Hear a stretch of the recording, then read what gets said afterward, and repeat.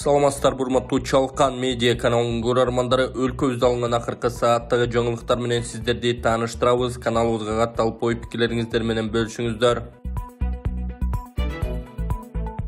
Базардагы митингдер. Садыр Жапаров комиссия түзүп текшерте баштады. Садыр Жапаров базарлардагы наразычылыктар боюнча жумушчу комиссия түзүп текшерүү жиберди. Бул тууралуу президенттин маалымат катчысы Аскат Алагөзов соц тармактагы баракчасы аркылуу билдирди. Министрлер кабинетинин чечими туурабы же базарда отурган соодагерлердин талабы туурабы комиссия ишинин жыйынтыгы менен белгилүү болот. Буга чейин мамлекет башчы бир жылда соодасы 8 миллион сомдон ашпагандар 1 тыйын төлөбөйт деген. Бул соодасын жаңы баштагандар, акча айлантуусу аздар бутуна туруп кетсин деген саясат болчу деп жазылган маалымат катчы бөлүшкөн билдирмеде. Алагөзов ККМ колдонуу талабынын коюлуп жаткан себебин да түшүндүрдү. Азыр эми менин соодам 8 миллиондон ашпайт деген ишкерлердин соодасы 50дөн 100 миллионго чейин жеткен фактылар аныкталып калды. Ошон үчүн ККМ колдонгула деген талап болуп жатат. Кыскасы жыйынтыгын комиссиянын чечиминен кийин жарыялайбыз деп жазылат билдирмеде. Эсиңиздерге салсак, базардагы соодагерлердин митинги 29 ноябрда башталган. Алгач Оштогу Кара суу базарында иштегендер райондук администрациянын алдына чогулуп, ККМ колдонууга каршы экендигин айтышкан. Эртеси 30 ноябрда Дордой, Мадина, Орто Сай базарларындагылар чогулуп, патентти калтырууну талап кылышкан. Мындай митингдер 1 декабрда да уланган. Москвадагы мекенешим сиз без пересадка, без посредниксиз ыңгайлуу кирди чыктыгы лоону каалап, бирок ишеничтүү айдоочу таппай жатсаңыз, сизге Шакен мырзаны сунуштайбыз. Күн сайын метро проспект Мирадан жолго чыгат. Жолго чыгар алдында акысыз кара тизмеңизди текшерип беребиз. Документиңиздин мөөнөтү бүтүп же жок болсо, өзү жасап алып барып келет. Тезинен экрандын астындагы номерлерге чалып, Шакен мырза менен байланышыңыз жана жолго камыныңыз. Ташиев Кыргыз-Тажик чегарасы тууралуу бир нече принципиалдуу чечимге келдик. Кыргызстан менен Тажикстан чегара маселеси боюнча бир нече принципиалдуу чечимге келдик. Бул тууралуу УКМКнын төрагасы Камчыбек Ташиев эки өлкөнүн Кыргыз-Тажик чегарасын делимитациялоо жана демаркациялоо боюнча өкмөттүк делегацияларынын 1 декабрда Тажикстандын Бустон шаарында өткөн жолугушуусунан кийин билдирди. Ташиев эки өлкөнүн делегациялары жетишкен чечимдер чегара боюнча негизги маселени чечүүгө жакындатканын билдирди. Аны менен бирге Ташиев делегациялардын кийинки жолугушуусу Баткенде өтөрүн айтты. Якимовдун айтымында эки тарап негизги эки маселе боюнча принципиалдуу чечимдерге келди. Баарынан мурда бул Ворух Кожалы, Хожали Ало жолуна тиешелүү. Ушул башкы маселе дээрлик чечилди деп эсептейбиз, деди ал. Бирок Якимов чечим кандай болгону тууралуу ачыктап айткан жок. Мамлекеттик чегараны делимитациялоо жана демаркациялоого байланыштуу экинчи маселе Кыргызстан тарап Тажикстандын аймагында пайдаланган объекттер жана Тажикстан тарап Кыргызстандын аймагында пайдаланган объекттер боюнча принципиалдуу чечимге келдик. Бул маселени ачыктап айтсак, Кыргызстан биздин аймакта колдонгон объекттер дайыма үзгүлтүксүз түрдө жеткиликтүү болот. Ал эми жерлер Тажикстан тарапта калат. Тажикстан Кыргызстандын аймагында пайдаланган бардык объекттерди түбөлүк Тажикстан тарап колдоно берет. Жер Кыргызстан тарапта калат. Бул факты жалпыга маалымдоо каражаттары аркылуу фиксациялоо жана коомчулукка жарыялоо маанилүү окуя болуп саналат. Камчыбек Кыдыршаевич айткандай, биз негизги маселени чечүүгө жакынбыз, деди ал. Якимов алардын сүйлөшүүлөрү башка талаш тартыштарды жокко чыгаруу үчүн чегараны делимитациялоо багытында бара жатканын айтты. Ал төрт көчө тилкесине байланыштуу маселе Ворух Кожалы жолу сыяктуу чечилерин айтты. Акылбек Жапаров белгилүү бир күчтөр маалыматтын жетишсиздигинен пайдаланып, соодагерлерди тукуруу аракетин көрүүдө. Министрлер кабинетинин башчысы Акылбек Жапаровдун төрагалыгы алдында соода түзүмдөрүнүн ири базарлардын менчик ээлеринин, соода кызматкерлеринин, кесиптик бирлик уюмдарынын өкүлдөрү менен жооптуу мамлекеттик органдардын жыйыны өттү. Акылбек Жапаров маалымат ишинин жетишсиздигинен кабыл алган салык режиминдеги өзгөрүүлөр боюнча коомдо бурмаланган түшүнүк калыптанганын айтты. Эң негизгиси биз түшүнүшүбүз керек, биздин чакан чекене соодагерлердин басымдуу көпчүлүгү үчүн мамлекет жетекчилигинин чечими менен алар үчүн патент гана жокко чыгарылбастан башка бир катар жеңилдиктер каралган. Чакан азык-түлүк дүкөндөрүн иштеткен. Базарларда майда соода менен алектенген үй бүлөлөр ар кандай салык төлөөдөн толугу менен бошотулган. Анткени алардын товар жүгүртүүсү 8 миллион сомго жетпейт, деди Акылбек Жапаров жыйында. Министрлер кабинетинин төрагасынын айтымында белгилүү бир күчтөр маалыматтын жетишсиздигинен пайдаланып, соодагерлерди тукуруу аракетин көрүүдө. Ал элдин абсолюттук көпчүлүгү мамлекетти чыңдоо жана тартипти ишти орнотуу саясатын колдоорун айтты. Базар экономикасынын жана капиталды алгачкы топтоо доору өтүп жатат. Мамлекет азыр эл үчүн иштейт. Колунда барлардын жана коомдо паракорлоштурулуп, жазасыз калган тар топтун кызыкчылыгына кызмат кылбайт. Өкмөттүн бардык кирешелери кимдир бирөөнүн жеке чөнтөгүн эмес, жаңы инфраструктураны курууга жана жарандардын жашоосун жакшыртууга жумшаларын буга чейин көргөн. Элдин бийликке болгон ишеними күчтүү. Биз жакырчылык менен күрөшөбүз жана бардык адамдарды жакырчылыктан чыгарабыз. Байлар да байып, кедейлер да кедей болуп кете берүүсү мүмкүн эмес. Биз үй бүлөсүн багуу үчүн иштеген бардык чынчыл адамдарды коргойбуз жана жардам беребиз. Биз алар тараптабыз, деди Акылбек Жапаров. Ошондой эле соодагерлерди ашыкча түйшүктөн арылтуу үчүн 2 жуманын ичинде электрондук эсеп фактураларды жана жол баракчасын иштетүүнү мүмкүн болушунча жөнөкөйлөтүү боюнча тапшырмаларды берди. Контролдук кассалык машинелерди ишке киргизүүгө байланыштуу төрага санариптештирүү жана накталай эмес төлөмдөргө өтүү саясаттын алкагында салык структуралары алдыңкы банктар менен бирдикте эсептерин ачууну тездетүүнү тапшырды. Ассаламу алейкум, кыргыз элим. Мага жардам бериңиздерчи. Мен да башка балдардай болуп школго баргым келатат. Урматтуу кыргыз элим, мен Элхан апасы сиздерден кайрымдуулук кылып жардам сурап жатканым себеби 4 этапта операциясы өттү. Мындан аркы дагы 4 этапта операциясына жардам сурайм. Азыр Элханчиктин акыбалы орто, дем алышы кыйын, мектепке баргысы келет. Сиздерден өтүнүп суранабыз.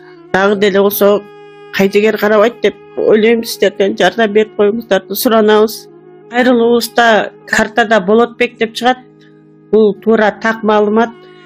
Кайрылсаңыздар болот. Кыргыз темир жолу 30 жылдан бери биринчи жол автопаркын жаңылады. Кыргыз темир жолу улуттук компаниясы мамлекеттик ишканасы 17 жаңы унаа сатып алганын маалымдады. Билдирмеге ылайык ишкананын директору Азамат Сакиев бөлүм жетекчилерине жаңы кызматтык автоунаалардын ачкычтарын тапшырган. Компаниянын автопаркы 30 жылдан бери жаңыланбай, дайыма оңдоону талап кылган жана коопсуздук талаптарына жооп бербеген унаалар пайдаланылган. Узак убакыт бою ишкана унаа оңдотууга көп чыгым жумшап, эскирген автопаркты кармап туруу үчүн күйүүчү май көп керектелип келген деп айтылат маалыматта. Ошондой эле ишканадан жаңы унааларды сатып алуу чыгымдары оптималдаштырууга, жалпы натыйжалуулукту жогорулатууга жана ишкананын үзгүлтүксүз иштешин камсыз кылууга шарт түзө турганын кошумчалады.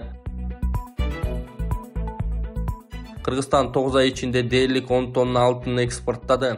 Ушул жылдын январь айынан баштап сентябрдын соңуна чейин Кыргызстан 9 тонна 926 кг алтын экспорттады. Маалыматты улуттук статистика комитети жарыялады. Билдирмеге ылайык сатылган алтындын жалпы наркы 619 миллион долларды түзгөн. Кардар өлкөлөр: Швейцария 8 тонна 33 кг, Гонконг 984 кг, Бириккен Араб Эмирлиги 908 кг. Өткөн жылдын тиешелүү мезгилинде өлкө чет мамлекеттерге 69,4 кг алтын саткан. Ал эми жыл ичинде бул көрсөткүч 290,5 кг түзгөн. Улуттук статистика комитетинин маалыматында белгиленгендей, ушул жылдын алгачкы 2 айында алтын экспортталган эмес, сатуу март айында башталган. Толубай Бакасовдун ден соолукту чыңдоо борбору Кытай элдик ыкмасы менен гайморит, грыжа, артрит, остеохондроз, куяң, тиземун, простатит ооруларын дарылоо жана айрыкча улгайган адамдардын кан айлануу системасын жакшыртуу. Мындан сырткары бизде косметология жана ашыкча салмакты кетирүү процедуралары бар. Гайморитти дарылоо ыкмасы мурун көңдөйүндөгү ириңдерди жибитүү үчүн от жагуу, андан соң табигый таза чөптөн жасалган порошок менен ириңди сыртка алып чыгаруу. Грыжа, остеохондроз, тизе муун жана суук тийген ооруларды дарылоо ыкмасы. Ооруган жерге гандин, же жөнөкөй тил менен айтканда дары чөптөргө сугарылган таякчалар менен массаж жасоо. Андан кийин от жагуу. От жаккан соң атайын табигый чөптөрдөн жасалган дары майларын шылап, денедеги токсин, туз жана вирустарды чыгаруу. Дарылоо мөөнөтү болжол менен 10 күн. Келип 100% кепилдик менен ден соолугуңузду чыңап кетиңиздер. Кененирээк маалымат алуу үчүн экраныңыздардагы номерге кайрылыңыздар. Бизнесмен Сандын баласы Александрда кустуруу процесси жеткени ачыкталды. Башында экс-депутат бизнесмен Борис Сан камакка алынганы боюнча Каң шаар тарап кайра анын баласы Александр экени УКМК тарабынан ЖМКларга чыкты. Дээрлик ишмердиктерди текшерилип атканы криминалга байланыштуу катары да сыпатталды. УКМК Сандын жер жайнаган мүлктөрүн жарыялады. Канчасы мамлекетке кайтарылаарына абай сала туралы деп жазганы Арба Кейжи сайты. Кудайберген базарынын сатуучулары ККМге каршы митингге чыкты. Бишкектеги автоунаа тетиктерин саткан Кудайберген базарынын соодагерлери көзөмөл кассалык машинелерге каршы нааразычылык акциясына чыгышты. 2 декабрда сатуучулар ишин токтотуп ККМди колдонууга каршы экенин айтып, патент системасын калтырууну талап кылышты. Кыргызстанда акыркы жумада базарларда соода кылгандар ККМ системасын киргизүүгө каршы нааразычылык акциясын өткөрүп, айрымдары иш ташташты. 29-30 ноябрда Кара Суу жана Дордой, Мадина, Орто Сай базары 1 декабрда Борбордогу, Аламүдүн жана Оштогу, Таластагы, Ысык көлдүн Каракол шаарындагы базарлардын сатуучулары митингге чыгышкан. Алар өкмөттүн жаңы салык саясатына каршы экенин билдирип, патент системасын калтыруу талабын коюп жатышат. Базарлардагы митингтерден соң милиция өкмөткө талабын айткан айрым сатуучуларды кармап, айрымдарын камакка алганы маалым болду. Кээ бир сатуучулар улуттук коопсуздук кызматына сурак берип чыгышты. Салык кызматы Кыргызстанда стратегиялык объектилерге кирген базарлардагы ишкерлер өзгөчө салык режими менен иштей алат деген негиз менен Дордой жана Кара Суу базарларына салыктын бул түрү менен иштөөсүнө уруксат берилерин жарыялаган.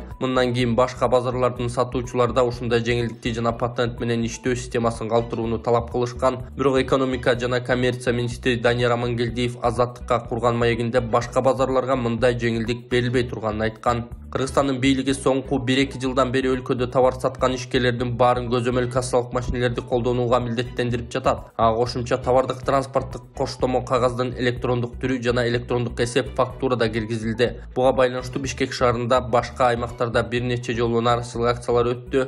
ККМ бул товар сатуу жана кызмат көрсөтүү үчүн керектелген эсептөөчү аппарат. ЭТТК товар жөнөтүүчү, алуучу жана жеткирүүчү транспорт каражаты жөнүндө маалыматтарды жана башка маалыматтарды камтыган электрондук документ. EFC кошумча нарк салыгын эсептөө үчүн керектелген товар саткан жана кызмат көрсөткөн тарап толтура турган конкреттүү үлгүдөгү салыктык документ. 4 базардын профсоюз башчылары УКМК сурак берип чыгышты. Бул тууралуу улуттук коопсуздук боюнча мамлекеттик кызматына сурак берип чыккандардын бири Аламүдүн базарынын профсоюз жетекчиси Гүлжан Эргешова Азаттыкка билдирген. Эргешованын айтымында декабрда аталган базардын соодагерлери нааразычылык акцияга чыгып, өкмөткө жаңы салык эрежелерин киргизбөө талабын койгон. Көп өтпөй УКМК кызматкерлери аны суракка алып кеткен. Нааразычылык акцияларынын артында ким турат, эмнеге чыктыңар, ким уюштурду деген суроолорду беришти. Дээрлик 6 саат бою кызматкерлердин суроолоруна жооп берип, жыйынтыгында өздөрү даярдап берген кагазга кол коюп анан чыктым. Алар колтамгаңды койбосоң чыкпайсың деп айтышты. Биз соодагерлер ККМге каршыбыз, аркабызда бизди сүрөгөн эч ким жок. Ишкерлер өзүбүз чыктык. Ар бир жаран өз позициясын билдирүүгө акылуу, деди Эргешова. Бишкектеги үйдөн сойкулук менен алектенген делген жашы жетелек кыздар аныкталды. Бишкек шаарынын Ленин райондук ички иштер башкы башкармалыгынын ыкчам кызматкерлери тарабынан сойкулукка жана пластикка көмөктөшкөн шектүү кармалды. Бул тууралуу Ленин райондук ички иштер башкы башкармалыгынан билдиришти. 30 ноябрда көпөлөк аттуу профилактикалык иш-чаранын алкагында Бөкөнбаев көчөсүндө жайгашкан көп кабаттуу үйлөрдүн биринде интимдик кызмат көрсөткөн 2007 жана 2006 жылы туулган жашы жетелек кыздар аныкталган. Буга байланыштуу Ленин райондук ички иштер башкы башкармалыгынын тергөө кызматына сойкул кана уюштурууга шектелип, 1987 жылы туулган жаран жеткирилген. Аталган факт боюнча тергөө кызматы тарабынан кылмыш жаза кодексинин 160-чы сойкулукка жана пластикка көмөктөшүү беренесине ылайык кылмыш иши козголгон, шектүү камакка алынган учурда кылмыш иликтөө иштери улантылууда. Бишкекте жаңы жылда салют атылабы? Мэриянын жообу. Мэрия быйыл жаңы жылдык салют атылбай турганын кабарлады. Буга чейин жаратылыш министрлиги быйыл жаңы жылдык салюттан баш тартууну сунуштаган. Муниципалитет министрликтин сунушуна кабыл алууну чечкенин кабарлап, салют мэриянын жаңы жылдык программасына экологиялык себептерден улам кирбегенин түшүндүргөн. Кант кызылчасын жыйноо 98,3%га аяктады. Кыргызстанда кант кызылчасын жыйноо 98,3%га аяктады. Бул тууралуу Айыл чарба министрлигинен билдиришти. Маалыматка ылайык, быйыл кант кызылчасы 13,1 миң гектарга себилип, бул былтыркы жылга салыштырмалуу 4,1 миң гектарга же 45,3%га көп. Кыргызстандын калкынын кантка болгон муктаждыгы жылына 153 миң тоннаны түзөт. Бүгүнкү күндө өздүк өндүрүш 64,8%га гана жабат. Калганы өлкөгө импортталат. Акыркы 8 айда канттын экспорту 4,906 тонна, импорт 36,237 тоннаны түздү.